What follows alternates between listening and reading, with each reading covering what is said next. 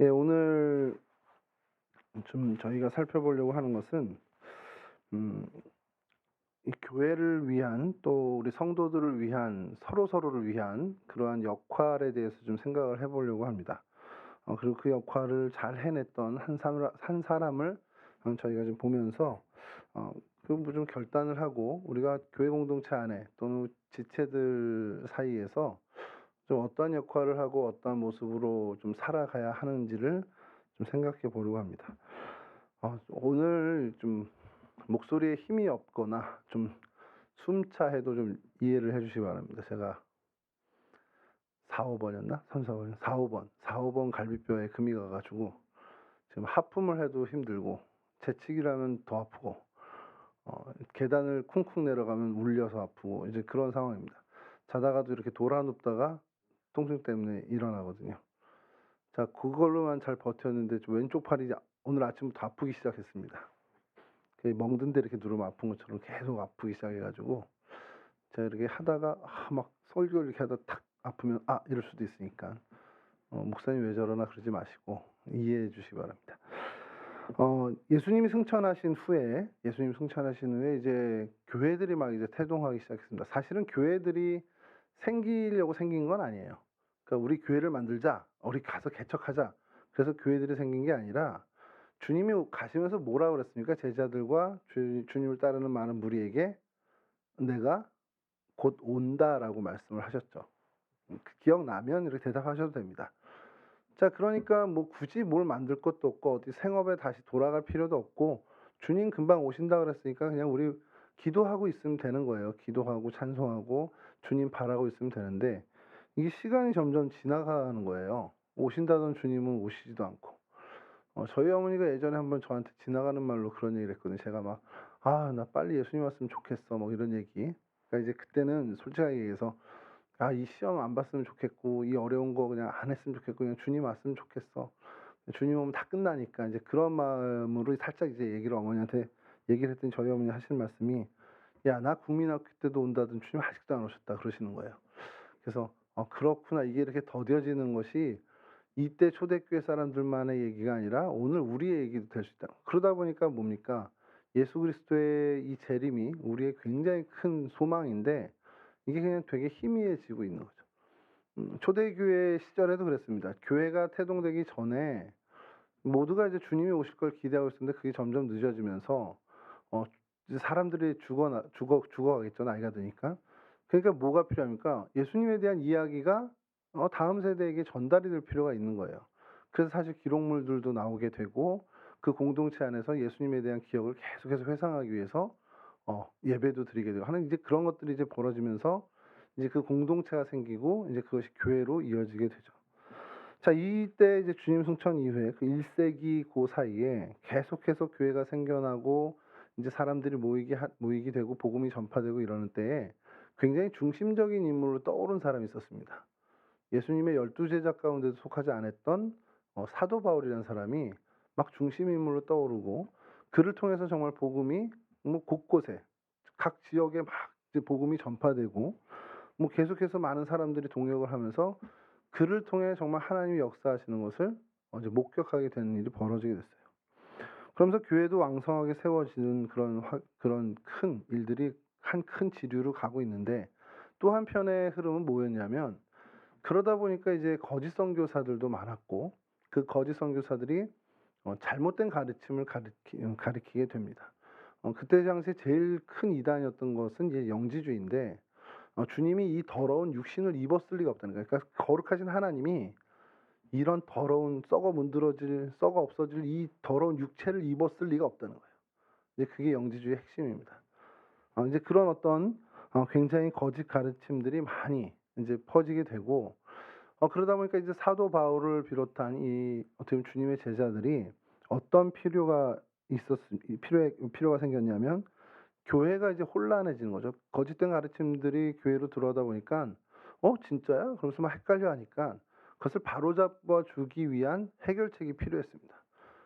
그러면 어떻게 하겠습니까? 요즘 청년부 공동체에 뭔가 좀 잘못된 가르침이 이렇게 확산되고 있어요.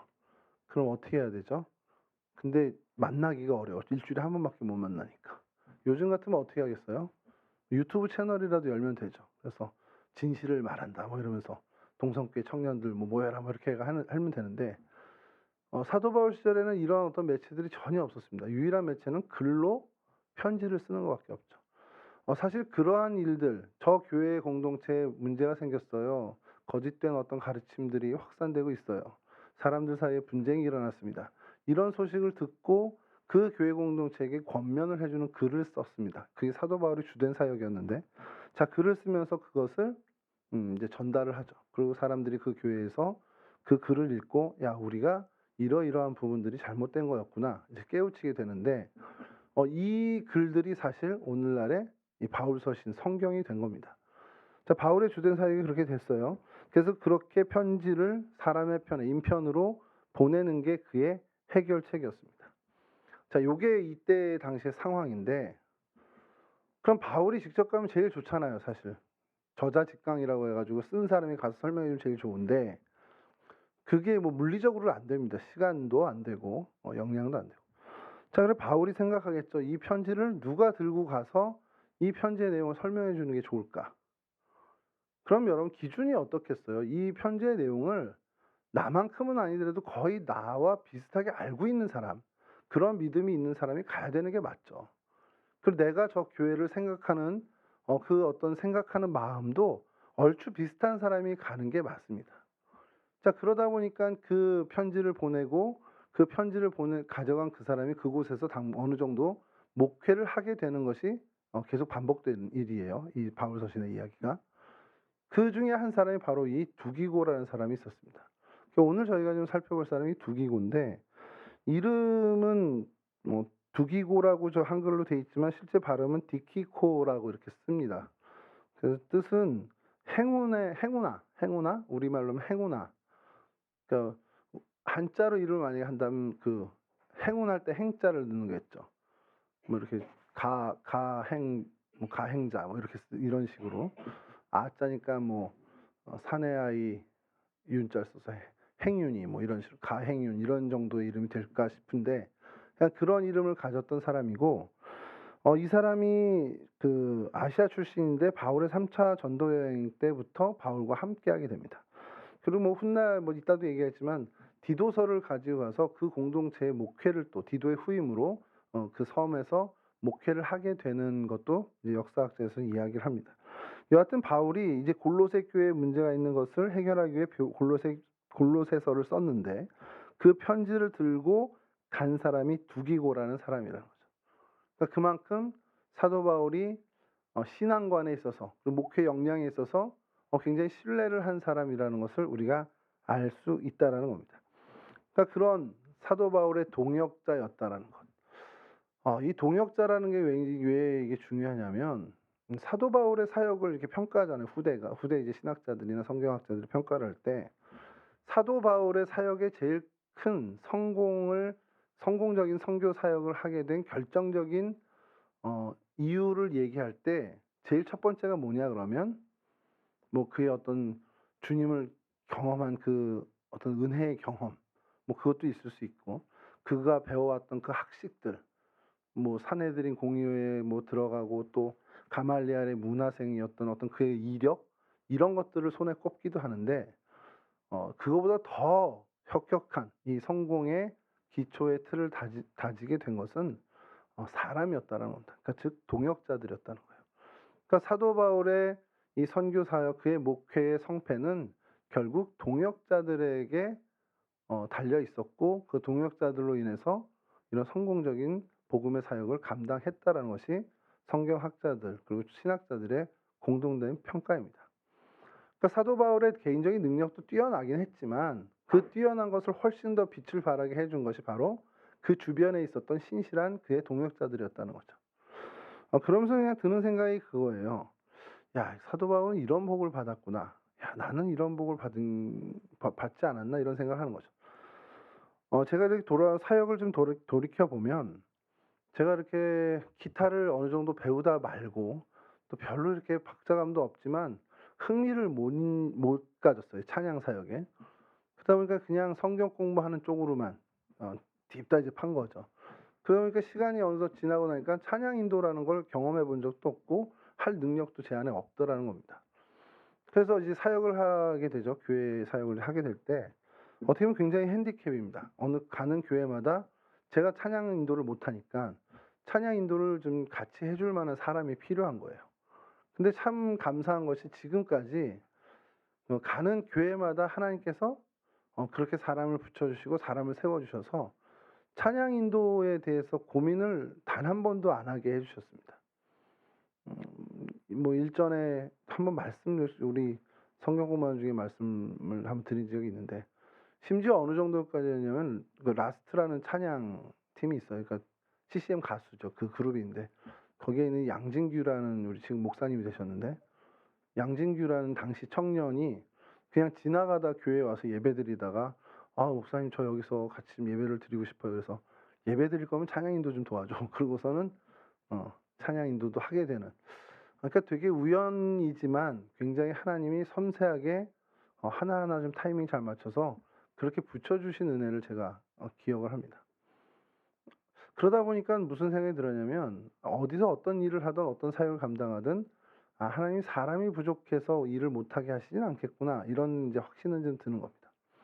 자, 그게 이제 제가 제 사역을 되돌아봤을 때 나한테는 하나님이 참 많은 동역자를 주셨구나라는 생각을 하고 감사를 하게 되는데, 그러면서 이제 드는 생각이 완전 영으로 바뀌면서, 그럼 나는 누군가에게 이런 동역의 역할을 해준 적이 있나라는 생각이 드는 겁니다. 그게 이제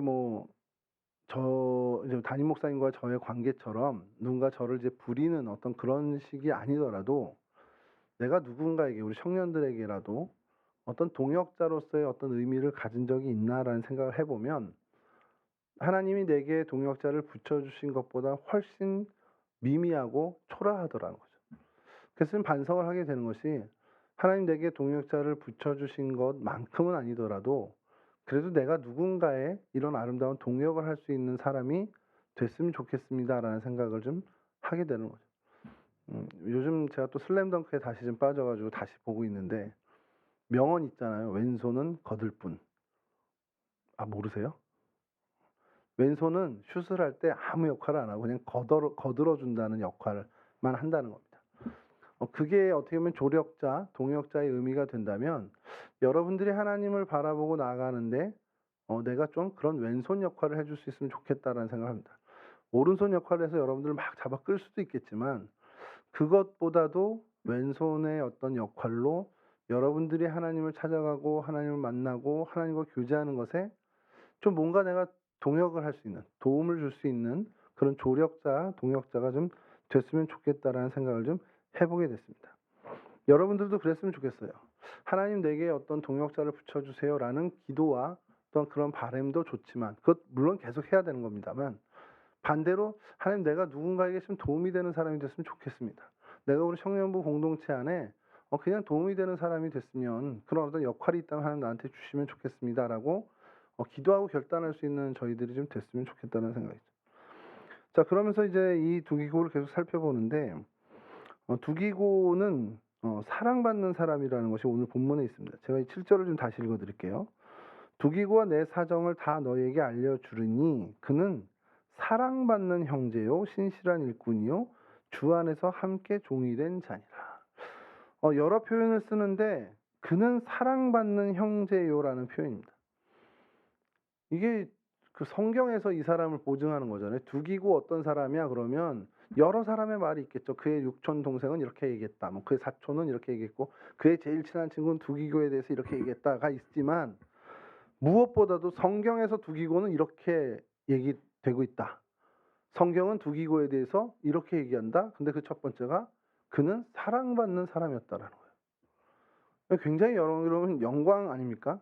성경에서 확정해줘. 이 사람 사랑받는 사람, 사랑받을 만한 사람이고 사랑을 받은 사람이야 라는 거죠.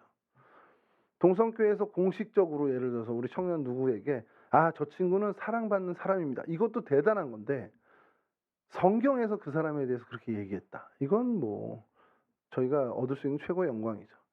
자, 그러면 어떤 모습이었길래 사랑을 받았을까? 적어도 외모는 아니었을 것 같아요. 외모가 출중해서 사랑을 받았다, 이거는 아닐 것 같습니다. 그럼 뭘까요? 여러분 주변을 한번 생각해 보세요. 여러분들의 사랑을 받고 이게 이성 간의 사랑이 아니라 그냥 여러분들의 그 정말 인간 대 인간의 사랑, 그 사랑을 받는 사람들 한번 있잖아요, 주변에.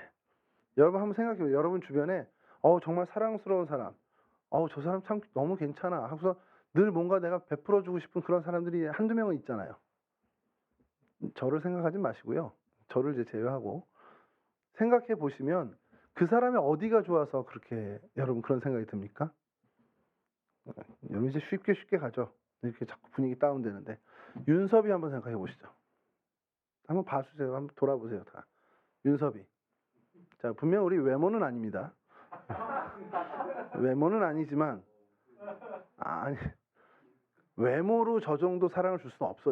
제가 이렇게 좋아하는 마음이, 윤섭이를 생각하는 마음이 외모에서만 출발됐다면 이건 아니, 그러니까 다른 게 있을 거라는 거죠. 뭐가 있습니까? 여러분 한 사람씩 다 있을 거 아니에요. 제가 목사님하고 토요일 날 이제 급하게 이제 신방을 나가야 돼서 나가고 있는데 윤섭이가 그 태바울 입구에서 막 머뭇머뭇하는 걸 저와 목사님이 봤습니다. 저는 알죠. 윤섭이가 왜 왔는지. 드럼 연습을 하러 온 거예요. 근데 목사님은 윤섭이가 왜 왔는지 모르잖아요. 어떤 생각을 하셨을까? 제가 뭐 훔치러 왔나? 이런 생각 안 했겠지만 윤섭이가 뭔 일이 있어서 왔나? 걱정도 됐을 거란 말이에요. 근데 그걸 아는 저는 걱정 하나도 안 하고 그냥 대견한 마음에 제가 목사님한테 드럼 연습하러 왔어요. 그 목사님이 그러면서 되게 기뻐하시는 거죠. 윤섭이를 목사님이 좋아하는 건 그냥 티나지 않아요. 여러분 담임 목사님 좋아하는 건 티가 그냥 나거든요. 뭐 몽골에서 얻은 굉장히 열매라고까지 얘기를 하세요, 저한테. 그래서 저도 윤섭이가 여기서 연습하는 거 보면은 여러분 그 시간에 저 또래 친구들은 사실 나가서 노는 게 훨씬 재밌습니다. 친구 만나고 토요일 그 낮에 이건 제 기준이 아니라 정말 어떻게 보면 윤섭이 또래 누군가 교회 안 다니는 친구가 지나가다 이런 모습을 봤으면 쟤는 도대체 뭐지? 이 시간에 왜 여기 틀어박혀가지고 저렇게 하고 있지? 이렇게 생각할 수 있지만 아는 저 같은 사람이 보면 제가 내일 또 우리 청년부 그때 찬양제 연습할 때니까 저 시간을 위해서 이 토요일 낮 시간을 정말 와서 하나님께 드리는구나. 되게 기쁘단 말이에요. 그러면서 윤섭이를 좋아하는 마음이 더 커지고 사랑스러워지는 거죠. 그의 행동입니다. 그의 행동, 그의 선택, 그의 행동, 그의 삶의 자세, 그의 태도. 이걸 보면서 우리는 그 사람에 대해서 사랑이 생겨나는 거예요. 이게 동의가 안 됩니까? 여러분 두기고라는 사람이 어땠는지 우리가 정확히 성경에는 안 나오니까 모르지만 사도 바울이 볼 때도 그의 동역자들이 볼 때 그의 행동과 그의 선택과 그의 태도가 정말 그들의 마음 가운데 정말 기쁨을 줄 만한 태도, 그리고 선택, 그런 자세를 갖고 있었다라는 것이죠. 여러분 근데 사람이 볼 때도 이렇게 기쁘고 대견하고 사랑스러운데 하나님이 그 모습을 보셨다면 얼마나 더 사랑스러웠겠습니까? 그러니까 하나님이 성경을 통해서 그가 사랑받는 사람이라는 확증을 했다는 거죠. 이 사랑받는다라는 것, 성경에서 사랑을 받는다, 그렇게 기쁨을 줄 만한 행동을 한 사람이라는 것은 우리가 계속해서 좀 되새겨볼 만한 것이요. 그가 도대체 어떠한 삶과 어떠한 선택을 했길래 성경마저도 그가 사랑받을 만한 사람이라는 증언을 할까? 내 주변에 그런 사람이 있나? 나는 정말 그런 사람이 될 수 있나? 이런 생각을 좀 해봐야 된다는 겁니다. 여러분은 어때요? 여러분은 정말 누군가에게 기쁨이 되는 사람입니까? 여러분 한번 스스로 생각해 보시죠. 뭐 멀리 가지 말고 내가 우리 가족에게 기쁨이 되는 사람인가라는 생각을 좀 해보면 좋겠어요. 여러분 저는 어떨 것 같아요? 저희 가족에게 기쁨을 주는 사람이 될까요? 집사람이 여기 와 있어가지고 더 이상 얘기를 못 하겠는데 노력은 하자는 거죠. 자, 이게 제일 적정선인 것 같아. 저는 사랑을 주는 사람입니다. 얘기는 못 하겠고 그렇다고 여러분들 앞에서 전혀 사랑을 주지 못하고 있어요라는 것도 좀 그렇고 그러니까 사랑을 주도록 노력합시다. 이런 얘기가 제일 적당한 것 같은데 방향을 우리가 놓치진 않아야 되는 게 나로 인해서 내 주변의 사람들이 기쁨을 얻게 되는가라는 것을 늘 체크를 해야 된다는 겁니다. 내가 속한 내 가정에서 내가 저들에게 내 가족들에게 기쁨을 주고 있는지 내가 속한 청년부 공동체 안에서 내가 이 청년부 우리 지체들에게 기쁨을 조금이라도 줄 수 있는 존재로 살아가고 있는지, 내가 내 직장에서 내 직장 동료들에게 내가 정말 어떻게 보면 기쁨을 좀 조금이라도 나누어 주는 삶을 살고 있는지를 매일매일 우리는 체크하면서 살아가야 한다라는 겁니다. 물론 그 근거는 하나님을 사랑하는 그 마음으로 이들을 사랑하기 때문이라는 거죠. 여러분, 하나님의 사랑이 빠진 기쁨을 주는 것은 아부에 지나지 않습니다. 처세술에 지나지 않습니다. 그러나 하나님을 사랑하는 마음으로 이들에게 내가 기쁨이 되어야겠다는 마음이 들어갈 때 그것이 진짜 사랑으로 열매를 맺게 된다는 것이죠. 여러분, 두기고의 이 행동, 선택, 어떻게 보면은 자세가 적어도 많은 형제들에게 기쁨을 줄 만한 행동이었다라는 것. 그래서 여러분, 우리는 그럼 어떤 행동으로 사람에게 기쁨을 줄 수 있을까? 오늘날에. 그래서 제가 좀 찾아봤는데, 이게 뭐 다 달라요. 어떤 모습에 기쁨을 얻고, 누구는 어떤 선물을 해줘야 기쁨을 얻고, 이런 기준이 다 다른데, 제가 그래서 혼자 좀 상상을 해봤습니다. 내가 사랑을, 제가 후배나 동생들을 좀 어떨 때 좀 사랑스러워 했나라는 기억을 좀 되새기면서 한번 생각했는데, 예의 바른 사람에게는 제가 좀 굉장히 기쁨을 얻고 좀 대견해하고 좀 잘 챙겨주는 것 같아요. 제가 스스로 그냥 막 모르겠어요. 그 사람에 대해서 그냥 좋아하는 마음이 이렇게 생겨나는 겁니다. 예의 바른 그 후배들이나 친구들을 봤을 때.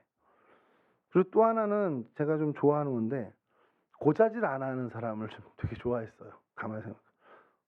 뭐 와가지고 형 알았어요.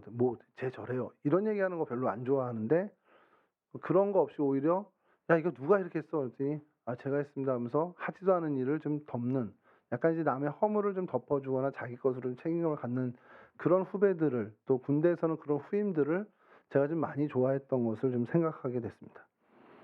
그리고 세 번째로 생각해 본 것이 아주 소소한 것들 챙기는 사람을 제가 좀 좋아했어요. 그러니까 같이 식당을 갔는데 저는 이제 숟가락을 주로 이렇게 하면은 냅킨 안 깔거든요, 잘. 근데 이렇게 해놨는데도 불구하고 냅킨을 딱 꺼내서 거기다 이렇게 깔아주는 그런 후배들이 있더라고요. 그러면 별거 아닌데, 그냥 저 친구는 나를 많이 이제 존중해주고 챙겨주는구나라는 그런 생각과 마음이 들어서 그냥 이뻐해 주게 됩니다. 그 외에도 많겠죠. 그냥 겸손하거나 어떤 진실한 마음을 갖고 또 순수한 모습을 보였을 때, 어떻게 보면 정말 기쁨이 되고 사랑을 베풀게 되는, 소리게 되는데, 우리가 사람 사는 게 그렇게 크게 다르지 않다라고 한다면 두기고의 모습도 분명히 이런 모습들이 있었을 거예요. 그러니까 복음에 대한 열정 말고도 사람을 대할 때 그런 모습들이 있었다면 그건 바꿔 얘기하면 뭡니까? 상대에 대한 존중함이 있는 사람이라는 것이죠. 그러니까 결국 제가 말씀드린 예의 바라요, 허물을 감싸줘요, 소소한 거 잘 챙겨줘요. 이건 그냥 통칭해서 얘기하면 사람에 대한 존중이 있는 사람이었습니다라는 거죠. 우리가 왜 사람에 대한 존중이 생길까라는 고민을 해보면요. 그 이유는 신앙의 관점에서 봤을 때 그 사람을 하나님이 존중하고 있기 때문이라는 겁니다. 그러니까 제가 세준이하고 나이 차이 몇 살 되는지 모르겠는데, 나이 차이를 얘기할 수 없을 정도로 이젠 혁혁한 나이 차이가 나서 더 이상 고민할 필요 없지만, 어떻게 보면 세준 형제의 나이가 제가 좀 결혼에 일찍 더 하고 좀 더 일찍 사랑에 성공했다면 아들뻘도 될 수 있는, 그쵸? 00년생? 93년생? 그렇게는 좀 무리구나. 93년이면 군대에 있을 때니까. 자, 어쨌든 그 정도 나이 차이가 나는데, 세준 형제를 제가 어떻게 보면 막대하지 못하는 결정적인 이유는 목사고 청년이고 때문이도 있지만, 그거보다 더 결정적인 건 세준이를 하나님이 존중하고 사랑하고 있기 때문이라는 거예요. 그러니까 제가 사랑하고 제가 존경하고 제가 목숨 걸고 모든 것을 다 바친 나의 하나님이 아끼시는 사람이라는 거예요. 소중히 여기는 사람이라는 거예요. 그렇다면 제가 함부로 대할 수 없다라는 겁니다. 근데 여러분, 이게 여러분 서로 사이에도 그게 있어야 된다는 거죠. 누군가를 우리가 내가 저 사람에 대해서, 내가 윤섭이에 대해서 존중하고 내 아들뻘 되지만 그래도 내가 예의를 갖추는 것은, 목사니까 어떤 사람들이 목사님이 왜 저렇게 예의 없어 이런 소리를 비난을 두려워해서가 아니라, 적어도 우리 안에선 내가 사랑하는 하나님이 정말 소중히 아끼고 존중하고 소중히 여기는 사람이니 나도 함부로 하지 못한다라는 겁니다. 사실 이게 모르는 게 아니에요. 저도 알고 여러분들도 알고 저도 설교까지도 이렇게 하는데 이게 매번 우리가 이제 자꾸 이게 놓치죠. 조금 전에도 저희 딸한테 제가 확 이 치미는 분노를 먹지 못하고 왔는데 오늘 설교 이렇게 준비해 놓고는 또 넘어지는 겁니다. 저희 딸은 뭐 저도 아끼지만 저보다 더 하나님이 아낄 거란 말이에요. 그럼 하나님이 그만큼 소중히 여기면 저도 존중하고 아끼고 정말 소중히 여겨야 되는데 걔가 저한테 안 그래. 이거 넘어져서 이렇게 됐더니 제일 먼저 하는 얘기가 아빠 나이 50에 어떻게 길에서 넘어져 이렇게 또 이렇게 무시하는 듯한 말. 근데 물론 이제 농담이겠지만 그러니까 그렇게 겹없이 친하게 지내다 보니까 자꾸 그걸 놓치는 겁니다. 내가 정말 소중히 여겨야 되고 내가 정말 아껴야 되는 아이인데 또 놓치고 그래서 또 제 감정대로 또 막 하게 되고 우리 안에 그런 일들이 일어나죠. 당연히 일어나겠지만 얼른 우리가 그것을 털어버리고 서로를 정말 존중하는 그런 모습을 가져야 한다는 겁니다. 그게 서로에게 또 기쁨이 되고 사랑받는 사람으로 우리가 가게 되는 길이 된다는 것이죠. 오늘 우리가 총회를 합니다. 총회를 하는데 어떤 사람을 우리가 임원으로 뽑아야 되냐. 누구 말대로 선별할 정도의 사람이나 있었으면 좋겠다 누가 그러더라고요. 근데 누가 됐던 우리 정말 그를 소중히 여겨달라는 겁니다.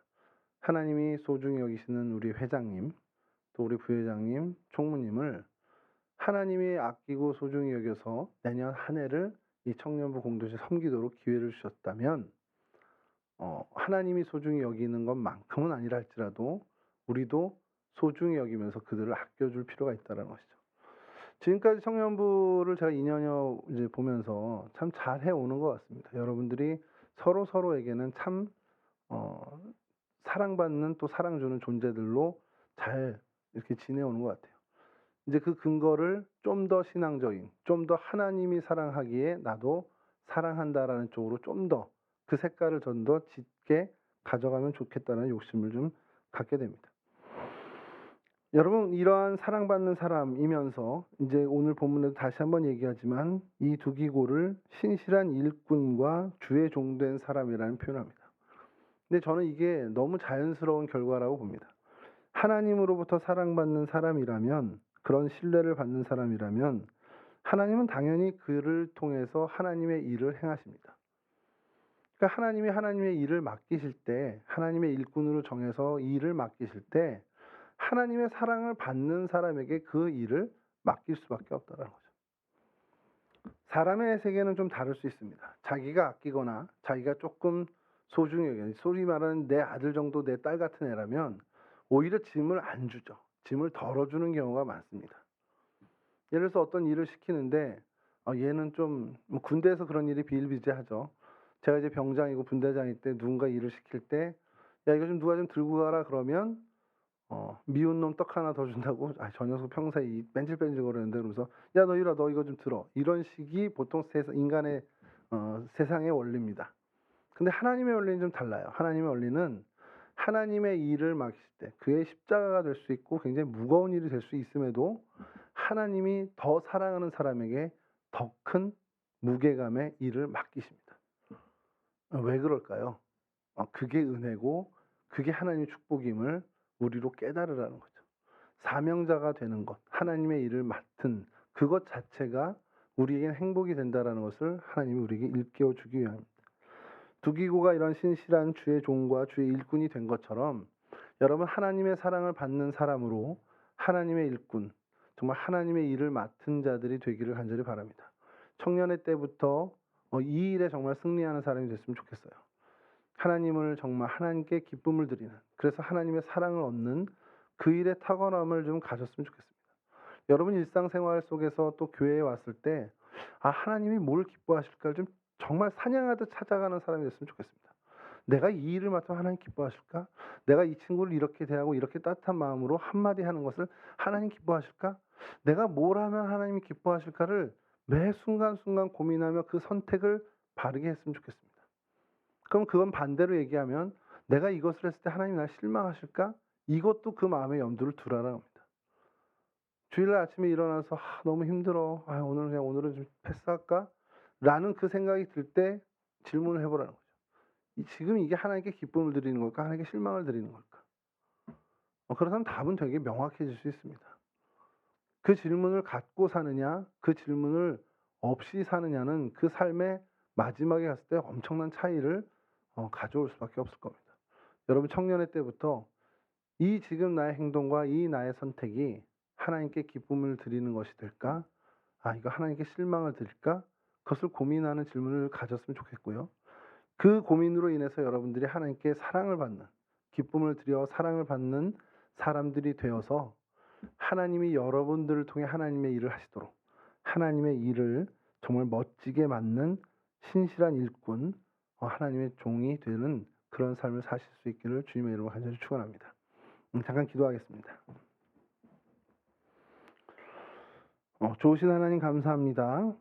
저희 가운데 은혜 주셔서 하나님 백성 삼아 주시고 하나님께서 맡겨주신 귀한 사명의 자리에서 늘 충성을 다할 수 있도록 은혜 주시니 감사를 드립니다.